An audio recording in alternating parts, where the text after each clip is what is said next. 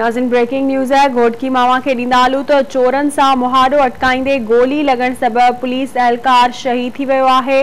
Breaking news है, अवां खे ॾेई रहिया आहियूं घोटकी मां। घोटकी में चोरन सां मुहाड़ो अटकाईंदे गोली लगण सबब पुलिस एहलकार शहीद थी वियो आहे। तफ़सील मालूम कंदासीं घोटकी मां आवाज़ टीवी जे रिपोर्टर मुश्ताक निदारी खान। जी मुश्ताक। जी, आदरपुर थाने जो पुलिस एहलकार रात देर सां ॻोठ सचनगढ़ वापस आए चोरन सां मुहाड़ो शहीद थी वियो है।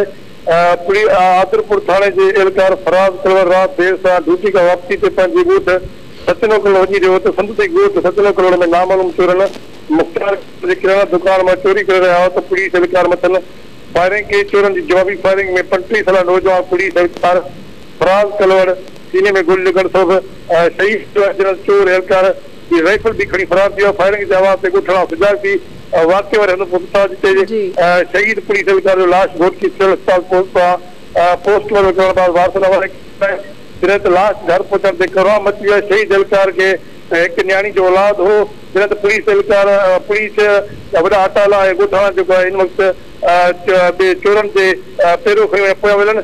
आदरपुर जो जेको एहलकार फराज कलवर एसएचओ मनशाद कलवर जो सालो हो ऐं सीसन जज मुश्ताक अहमद कलवर जो भाटियो हो।